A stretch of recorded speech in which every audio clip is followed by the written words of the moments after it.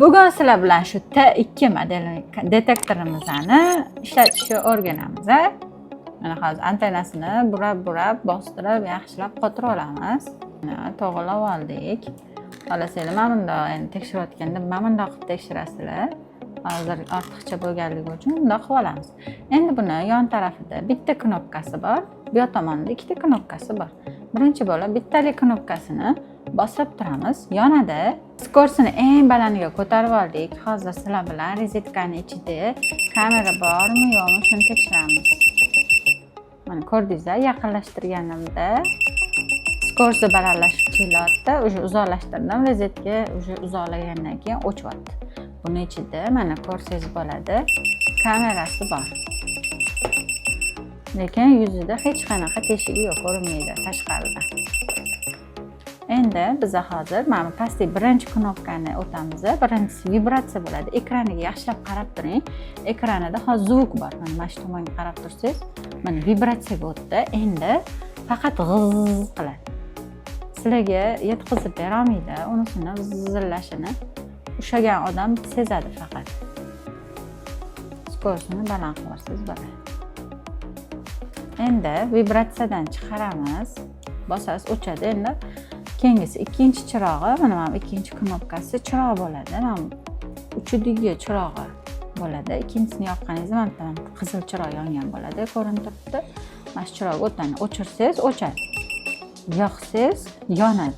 Endi hozir biz mana bunaqa bo'lgan diktafon, magnitli diktafon chellik. Keyin mana GPS yoquv holatida ham topadi, o'chuv holatida ham topadi.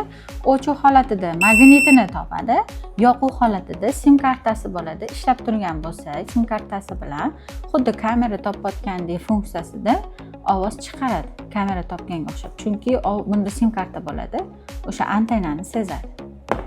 Bu yerda hozir magnit sezyapti. Lekin magniti yo'q diktofonlar ham bor. Unisini eng qimmatlari ham hech qaysisi topolmaydi. Buni faqat ko'z bilan, qo'l bilan qarab topsa bo'ladi. Endi uchinchi chirog'i bor. Mana uchinchisini bossangiz, mana orqasida mana uchinchisi chiroq. Mana buni bosasiz. Mana bir bosaman. 3 marta bosib olaman. Bitta bossam, bu bo'lmaydi, ko'zingizni ortib yoradi. Yana bitta bosasiz, o'sha spokojniylashdi. Yana bitta bosasiz. Mana shu eng yaxshisi, bundan keyin o'sha o'chib qoladi. Endi buni qanaqa topasiz? Bu o'chuv kameralarni topish uchun mo'ljallangan chiroq.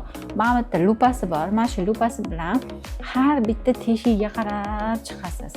Kamerani ko'zi kelsa, o'zi mana bu kamerani ko'zi yaltillab sizga mana bu yerdan ko'rsatib beradi lupasidan. O'chuv kameralarni topish yo'li shunaqa bo'ladi bunda. Yoqig'ini o'zi mana shu birinchi funksiyasini o'zida topib olasiz. Mana shuni o'chirsangiz, o'zi kamerani topadigan funksiyasiga o'tib oladi. Endi skorsini mana bu yerdan baland qilamiz. Yana oxirgi marta ko'rsatyapman. O'sha bu kameraga ishlayapti mana. Skorsi balandligi hisobiga o'sha uzoqdan ham sezadi. Agar pasaytirib qo'ysangiz, yana ham yaqiniga kelsa sezadi. Shunaqa. Bo'ldi. Endi mana bu oxirgi knopkasi bor. AI bu sun'iy intellektli knopkasi deyiladi. Buni bosib qo'ysangiz, hech qayerni bosmaysiz, skorsini ko'tarmaysiz. O'zi shundoq ham sizga shundoq kamerani funksiyasiga o'zi to'g'irlab beradi. Buni biz ishlatmaymiz, iloji bo'lsa, siz ham ishlatmasangiz ham bo'ladi. Bu sal chalg'itishi mumkin sizda. Endi o'chirishingiz ham xuddi shunaqa. Mana bosib turib o'chirasiz. Mana bosib tursangiz o'chadi. Yana bosib tursangiz yonadi. Mana bu yerda ekranda zaryadkalarini o'zi ko'rsatib turibdi. Hozir yarmi qoldi, 50%. Shu yerdan bilib olib zaryadkasiga qo'yib yursangiz bo'ladi. Bergan ma'lumotim foydali bo'lgan bo'lsa, ko'rinmas kameraga like va podpiska bosib qo'ysangiz, keyingi yana videolarimda yangilarini ko'rsataman.